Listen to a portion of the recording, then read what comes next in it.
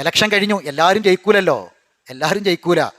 ചിലപ്പോൾ തോറ്റ സ്ഥാനാർത്ഥിയാകും ജയിച്ച സ്ഥാനാർത്ഥിയേക്കാൾ വ്യക്തിത്വം കൊണ്ടും പ്രഭാവം കൊണ്ടും ഒക്കെ ഉത്തമൻ. അല്ലാഹു ഖുർആനിൽ പറഞ്ഞു, നിങ്ങൾ ഒരിക്കലും അമിതമായി വിജയം ആഘോഷിക്കേണ്ട.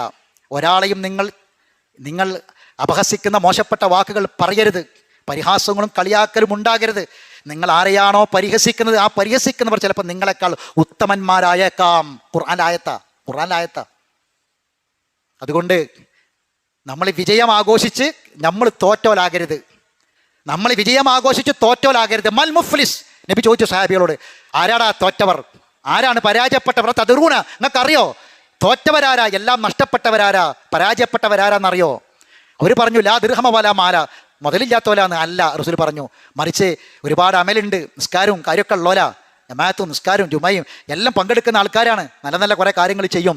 പക്ഷെ ഇങ്ങനെ കുറച്ച് കാര്യങ്ങൾ റോട്ടുമ തുള്ളാനും ചാടാനും പോകും. അങ്ങനെ എന്താ ഉണ്ടാകാന്നറിയോ? അപ്പോൾ അവിടെ അപ്പുറത്തുള്ളവനെ പറ്റി, തോറ്റോലെ പറ്റി പലതും പറയും, പല അപഹാസങ്ങളും പരിഹാസങ്ങളും കളിയൊക്കാക്കൽ. അതുകൊണ്ട് അതൊക്കെ എടുത്തു കൊടുത്തു എന്നാണ് റസൂൽ പറഞ്ഞത്. ഇഷ്ടമില്ലാത്തത് പറഞ്ഞു, മറ്റുള്ളവനെ അപഹസിച്ചു, മറ്റുള്ളവനെ ചീത്ത പറഞ്ഞു, മറ്റുള്ളവൻ ഇഷ്ടമില്ലാത്ത വാക്ക് പറഞ്ഞു. അതുകൊണ്ട് ഇവൻ്റെ അമലൊക്കെ പോയി എല്ലാം ഒന്നും ഇല്ലാതെ പരലോകത്ത് വരും. അതുകൊണ്ട് വിജയം ആഘോഷിച്ച് തോറ്റവരായി മാറാതിരിക്കാൻ ശ്രമിക്കുക.